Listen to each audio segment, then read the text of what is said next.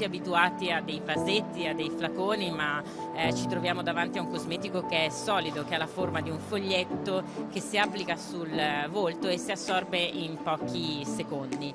Oltre a questo però è il modo in cui noi lo applichiamo. La vera rivoluzione è il risultato che questo cosmetico riesce a dare, perché siamo riusciti a veicolare una quantità di principio attivo, e nello specifico abbiamo lavorato con l'acido ialuronico, che è 10 volte in termini quantitativi quello che si riesce a fare attraverso un cosmetico tradizionale, quindi una crema o un siero. Questo ci è stato riconosciuto anche a livello brevettuale, e quindi abbiamo depositato tutta una serie di brevetti sulla composizione chimica, sul procedimento che abbiamo adottato, che ci sono stati riconosciuti a livello inventivo a febbraio di quest'anno. Io credo che sia un grande risultato di cui essere fieri, non solo io ma tutto il nostro team. Ecco, appunto, un lavoro di team durato 7 anni, diceva. Sì, un lavoro durato 7 anni, l'idea è nata 7 anni fa. Da allora non abbiamo mai smesso di lavorare, ma vi assicuro che non smettiamo neppure oggi, perché questo è solo il primo prodotto, ma noi abbiamo iniziato a lavorare con tutta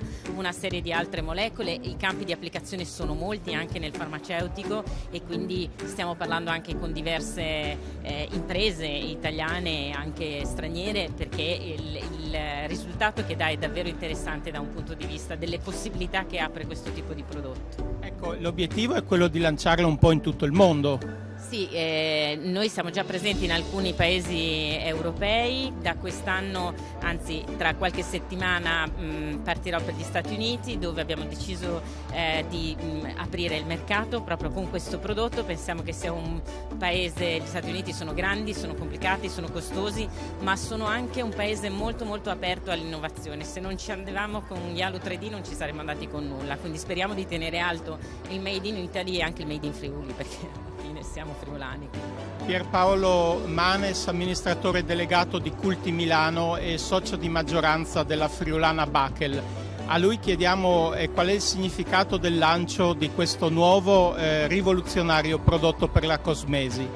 Beh, questo è sicuramente uno dei momenti più emozionanti da quando abbiamo incominciato a collaborare con Bakel. Bakel è un'azienda che abbiamo conosciuto 2 anni fa e di cui ci siamo innamorati, e è diventato per noi un progetto imprenditoriale da seguire con la dottoressa Gregoris, e quindi oggi è, diciamo, un giorno importantissimo, perché veramente siamo pronti a rivoluzionare la cosmetica.